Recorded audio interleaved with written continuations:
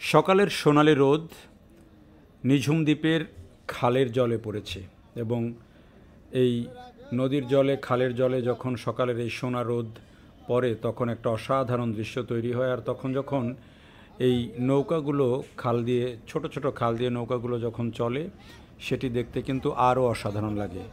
আমরা গিয়েছিলাম নিঝুম দ্বীপে এবং নিঝুম দ্বীপে ভোরবেলা যখন সূর্যের আলো ওঠে তারও আগে আমরা চলে গেছি সূর্য ওঠার দৃশ্য দেখতে।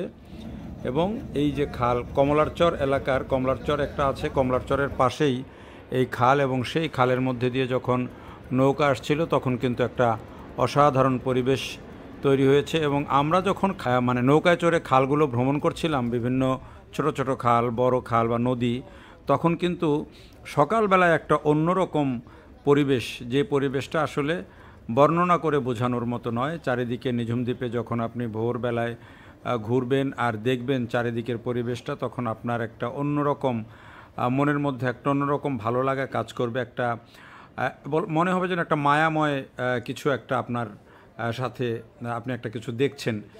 তো সেই নিঝুম দ্বীপ যেতে একটু ঝক্কি ঝামেলা, কিন্তু জায়গাটা আসলেই অনেক সুন্দর।